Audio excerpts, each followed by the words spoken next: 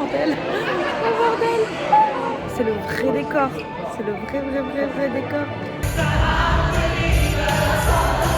Je suis en train de le refaire pour une deuxième fois parce que j'ai juste demandé est-ce que je peux refaire un tour. Il me reste une demi-heure avant mon bus.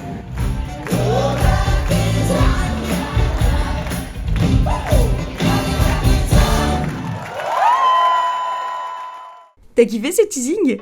Allez, c'est parti, c'est le retour de la manie du voyage cinéma, à travers en fait les meilleurs films qui ont été tournés partout dans le monde.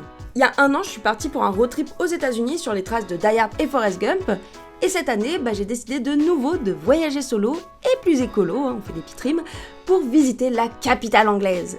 It's London, baby! It's all London, baby! Here we go!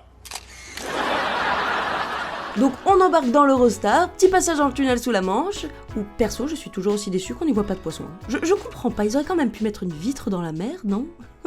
Et surtout, cette vidéo est sponsorisée par Wayfood. Wayfood, si tu connais pas, en fait c'est une marque de repas complets et équilibrés qui te permettent de combler les petites faims de la journée. Et franchement, c'est l'idéal quand tu voyages. Genre moi là, j'ai 2 heures de train devant moi, plutôt que d'aller me prendre un sandwich nul à la gare, j'ai le choix entre mes petites boissons du pack variété. Ça te cale pendant 3 à 5 heures, donc trop bien, c'est sans sucre ajouté, sans gluten, ça contient 26 vitamines et minéraux, et surtout, mon truc préf, c'est sans lactose. Plus de problèmes au bidon, et ça on aime beaucoup, hein. T'as le choix entre plein de goûts différents, mais franchement, ma petite reco, c'est le nouveau goût qui vient d'arriver. Pour de bon, vraiment, ce mélange chocolat blanc et noix de coco. Excusez-moi, mais est-ce qu'il existe meilleur mélange de choses comme ça? Enfin, c'est incroyable. Donc oui, je valide à 100%. Donc que ce soit pour le train ou même avant un marathon ciné, t'imagines, tu t'enchaînes les 8 Harry Potter. Je pense que c'est plutôt bien pour te filer un petit coup de boost. Avec le code promo MANY-YouTube, t'as moins 10% sur ta commande et les frais de port sont offerts pour toute commande supérieure à 25 €. Et je te mets évidemment tous les liens en description. Bon après tu me connais, en vrai moi le tourisme lambda c'est pas franchement mon truc. Moi ce que je fais c'est ce qu'on appelle du tourisme cinéma, donc en fait je vais sur des lieux de tournage, je cherche des petites références cachées dans les villes et surtout je visite des cinoches, hein. On adore les belles salles de cinéma ici. Et donc dans cette petite vidéo, je t'emmène avec moi pour découvrir les films cachés dans la manie de London, baby! London, baby! Okay, because that's not gonna get annoying. London, baby! Alors pour le coup, on va pas commencer direct par du film, puisqu'en fait Londres c'est aussi une grande ville de littérature, et surtout d'un de mes héros préférés, Sherlock Holmes. Donc direction le 221B Baker Street, où se trouve en fait le musée Sherlock Holmes. Bon, c'était interdit de filmer dedans, mais franchement à 20 pounds l'entrée, t'inquiète que je vais rentabiliser ma venue. En vrai c'est juste des pièces vaguement décorées dans l'esprit des romans de Arthur Conan Doyle, et puis c'est tout. À part que j'ai vu les Gog à Watson, hein. Très chic. Bien sûr, il y a toute une partie sur les adaptations ciné du détective privé, et pour le coup, il y en a eu énormément. Est-ce que je suis à 2 doigts de voler ce buste de Benedict Cumberbatch qui ferait un super livre? Absolument. Et bien sûr, la visite se termine sur des toilettes. Encore. Vraiment passion chiotte dans ce musée en fait.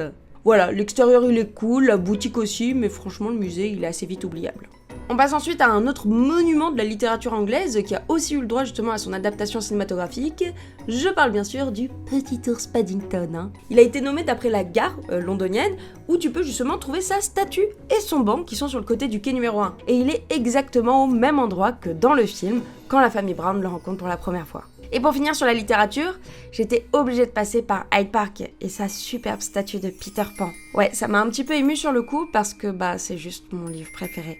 Et peut-être qu'elle te dit quelque chose justement cette statue, puisqu'en fait on la retrouve à la fin du film Hook avec Robin Williams. Est-ce que je suis en train de chialer? Est-ce que c'est aussi mon film préféré? Non, vous avez aucune preuve. Bon, vu qu'on en est aux adaptations ciné de livres, autant passer directement à la raison pour laquelle je suis vraiment venue à Londres, et la raison aussi pour laquelle vous avez cliqué sur cette vidéo, la visite des studios Warner Bros. Harry Potter. Alors juste avant de commencer, j'aimerais quand même faire un petit point, parce qu'en gros, moi j'ai grandi avec les films Harry Potter. Vraiment, je pense qu'ils ont forgé ma cinéphilie et même en vrai la personne que je suis actuellement. Néanmoins, tu n'es pas sans savoir que ces films sont des adaptations des livres écrits par J.K. Rowling. Et cette personne n'est pas quelqu'un de bien. En gros, c'est ce qu'on appelle une TERF. qu'on pourrait traduire par une féministe radicale qui exclut les femmes trans de la lutte féministe. Et je suis absolument contre ce genre de valeurs. En fait, vraiment, avec cette vidéo, je voulais te parler des films et des studios parce que surtout, ils mettent en lumière des milliers de personnes absolument passionnantes qui ont travaillé dessus. Et c'est ces personnes-là qu'il faut absolument célébrer. Mais par rapport à l'autre, j'ai pas envie d'en parler et je veux plus jamais en parler. Vraiment, je t'invite très fortement à te renseigner sur ses propos et ses actes aussi, qui ne méritent absolument aucun respect. Voilà, c'était pour faire un petit point. Et sur ce, c'est parti, on va au studio Harry Potter. En gros, pour aller au Warner Bros Studio Tour London, tu peux prendre un bus. Moi, perso, j'ai réservé avec Get Your Guide, que je trouve plutôt pratique, mais quand même assez cher. Hein. J'en ai quand même eu pour 150 pounds et un bout de rein pour me payer le transport et le billet d'entrée. Après 1 heure de bus dans la campagne londonienne, on arrive en fait à Leedsden, où se trouvent les studios, et... Ah, mon Dieu, j'y suis, c'est beaucoup trop bien. En fait, dans ce qu'ils appellent studio, tu peux trouver plein de décors, d'objets, de costumes, d'éléments officiels du film. C'est une sorte de grande promenade absolument magique. En vrai, je suis complètement émerveillée à chaque nouvelle pièce. J'ai pas arrêté de filmer tout ce que je voyais. Non mais t'imagines, en fait, tu rentres directement dans les films. En fait, c'est juste incroyable. Genre là, t'as la salle commune de Gryffondor, t'as le bureau de Tonton Dumbledore. Ils t'expliquent aussi comment ils ont fait certains trucages à base de capes d'invisibilité avec un côté vert ou des portraits qui bougent avec du fond vert. Oui, je sais, ça fait beaucoup de vert. Et franchement, je trouve que ça casse pas trop la magie, hein. Parce que bon, tu sais que c'est du cinéma. Mais c'est tellement beau et intéressant à découvrir comment ça fonctionne. Pour moi, franchement, c'est limite un Disneyland, quoi. Et est-ce que j'ai failli pleurer en voyant le vrai Poudlard Express ? Absolument, j'adore les trains. Puis petit tour en extérieur avec la reconstitution de Private Drive. Là, pour le coup, ça fait trop bizarre de le voir en vrai. Enfin, en presque vrai, quoi. Et passage obligé des studios, il faut goûter la bière au beurre. Alors, tout le monde m'avait dit « Tu vas voir, c'est trop dégueulasse. » C'est sucré. C'est très sucré. Mais c'est vachement bon. Et bien sûr, la meilleure partie, je trouve, c'est tous les trucs avec les maquillages effets spéciaux ou même les animatroniques. Je suis complètement tombée amoureuse de cette partie qui montre en fait à quel point les équipes FX des films étaient incroyables. C'est fou. C'est juste fou. Quand je pense que je l'ai en Lego chez moi, c'est pas la même taille, hein. Oh bordel. Oh fichtre. Oh là là là là là là.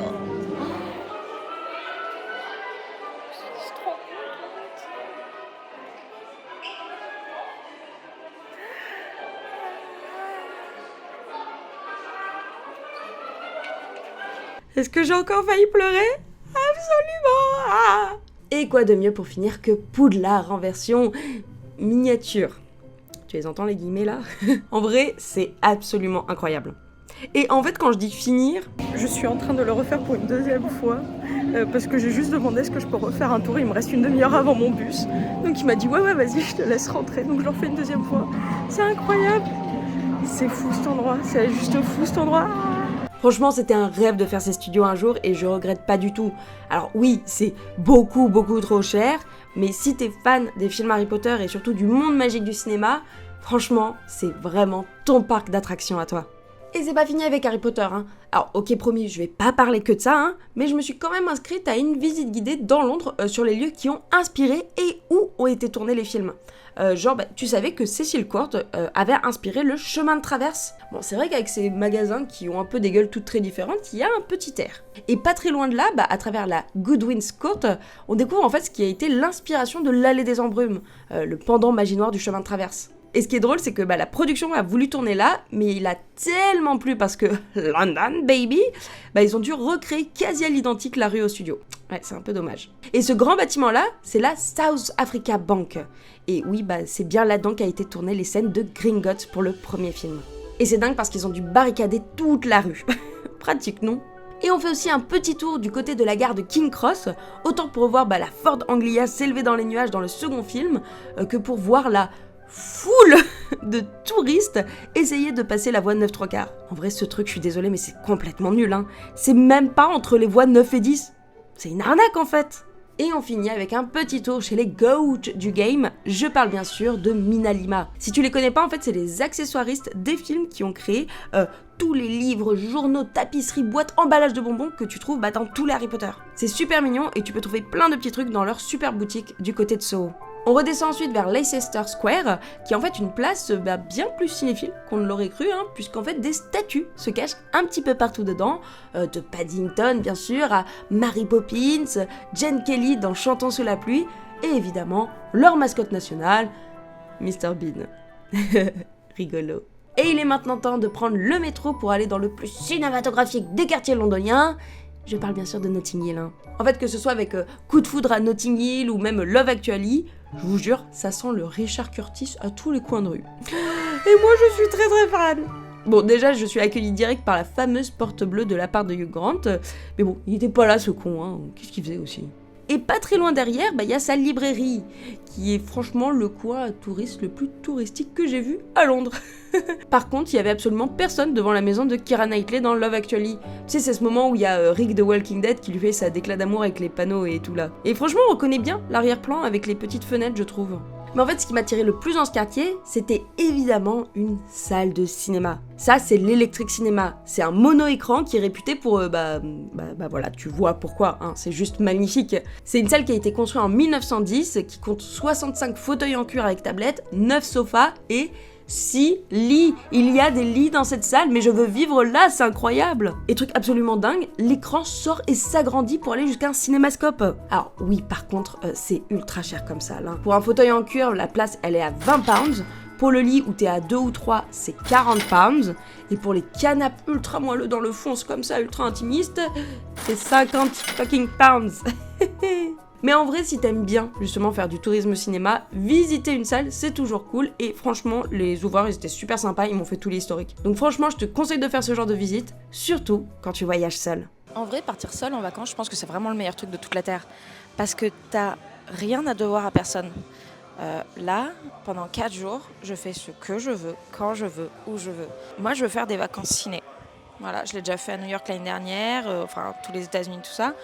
Là, j'avais grave envie de revenir dans un pays anglophone pour refaire des lieux de tournage d'endroits de films qui me plaisent, quoi. Et c'est vrai que avec quelqu'un, c'est pas toujours facile parce que t'aimes pas forcément les mêmes films, t'aimes pas forcément les mêmes choses. Alors que là, c'est tellement plus simple. Je conseille énormément le voyage seul, en plus de ce petit voyage à travers les lieux de tournage de Londres. Un grand moment avec soi-même et un beau moment avec soi-même. Voilà. Et on continue. À la vôtre. Et je vais terminer ce petit vlog avec la seconde raison pour laquelle je voulais absolument venir à Londres. Les comédies musicales. Bel organe.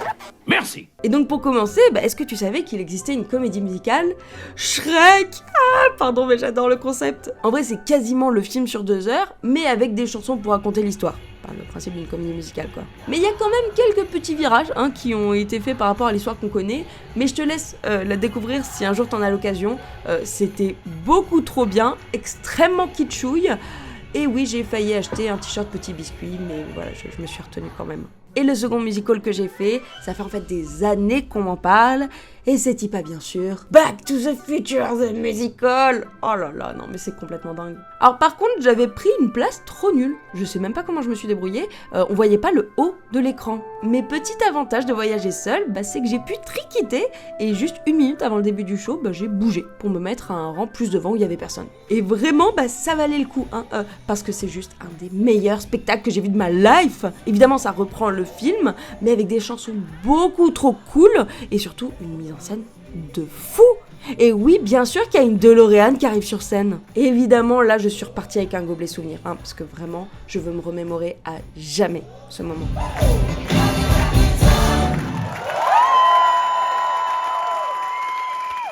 Et voilà comment se terminent mes 4 jours à London, baby! That's London, baby. En mode solo de tourisme cinéma. Je te mets évidemment toutes les adresses en description et n'hésite pas à en recommander aussi en commentaire, comme ça on va essayer de créer une immense carte de tourisme ciné londonienne. Pense bien sûr à t'abonner, toi-même tu sais, le petit commentaire, le petit like, ça fait toujours plaisir.